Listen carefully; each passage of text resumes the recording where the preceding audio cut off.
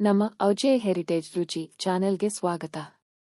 ಇವತ್ತು ನಾವು ಬಹಳ ರುಚಿಕರವಾದ ಹಾಗೂ ಆರೋಗ್ಯಕರವಾದ ರಾಗಿ ಕಿಲ್ಸಾ ಹೇಗೆ ಮಾಡೋದು ಅಂತ ನೋಡೋಣ ಬನ್ನಿ. ಮೊದಲು ಒಂದು ಪಾತ್ರೆಗೆ 2 ಕಪ್ ರಾಗಿ ತೆಗೆದುಕೊಂಡು ಚೆನ್ನಾಗಿ ತೊಳೆದು ರಾತ್ರಿ ಇಡೀ ಅಂದರೆ ಸುಮಾರು 7 ರಿಂದ 8 ಗಂಟೆಗಳ ಕಾಲ ನೀರಿನಲ್ಲಿ ನೆನೆಸಿಟ್ಟುಕೊಳ್ಳಬೇಕು. ನಂತರ ಮಿಕ್ಸಿ ಜಾರಿಗೆ ಏಲಕ್ಕಿ, ತುರಿದ ತೆಂಗಿನಕಾಯಿ ಮತ್ತು ಸ್ವಲ್ಪ ನೀರು ಹಾಕಿ ರುಬ್ಬಿ ಬಟ್ಟೆಯಲ್ಲಿ ಹಿಂಡಿ ತೆಂಗಿನ ಹಾಲನ್ನು ಪ್ರತ್ಯೇಕವಾಗಿ ತೆಗೆಯಿರಿ.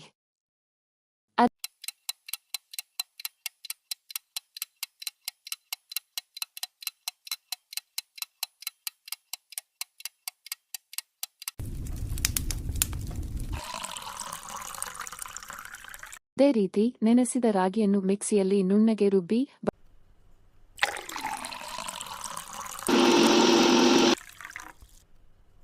ಬಟ್ಟೆಯ ಸಹಾಯದಿಂದ ರಾಗಿ ಹಾಲನ್ನು ಕೂಡ ಪ್ರತ್ಯೇಕವಾಗಿ ತೆಗೆದು ಸೆಪರೇಟ್ ಮಾಡಿಟ್ಟುಕೊಳ್ಳಿ.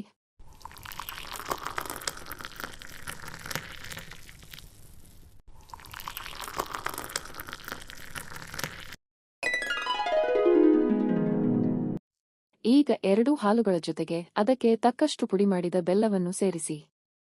ಬೆಲ್ಲ ಸಂಪೂರ್ಣವಾಗಿ ಕರಗುವವರೆಗೆ ಚಮಚದಿಂದ ಚೆನ್ನಾಗಿ ಕಲಸಿ.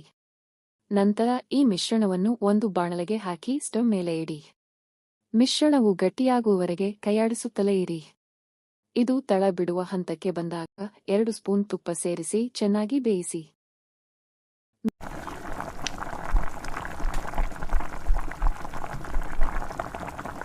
ಮಿಶ್ರಣವು ಗಟ್ಟಿಯಾದ ಮೇಲೆ ತುಪ್ಪ ಸವರಿದ ತಟ್ಟೆಗೆ ಇದನ್ನು ಸುರಿಯಿರಿ. ಇದು ಸಂಪೂರ್ಣವಾಗಿ ತಣ್ಣಗಾಗಲು ಬಿಡಿ.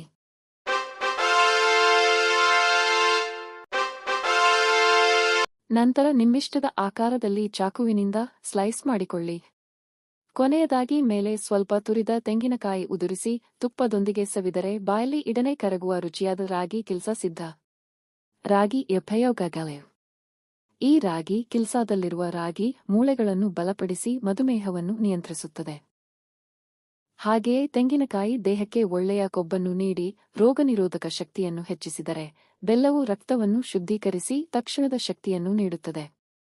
ಈ ಆರೋಗ್ಯಕರ ಹಾಗೂ ರುಚಿಕರವಾದ ತಿನಿಸನ್ನು ನೀವು ಒಮ್ಮೆ ಮನೆಯಲ್ಲಿ ಟ್ರೈ ಮಾಡಿ. ಈ ವಿಡಿಯೋ ನಿಮಗೆ ಇಷ್ಟವಾಗಿದ್ದರೆ ನಮ್ಮ ಚಾನೆಲ್ ಅನ್ನು ಸಬ್ಸ್ಕ್ರೈಬ್ ಮಾಡಿ.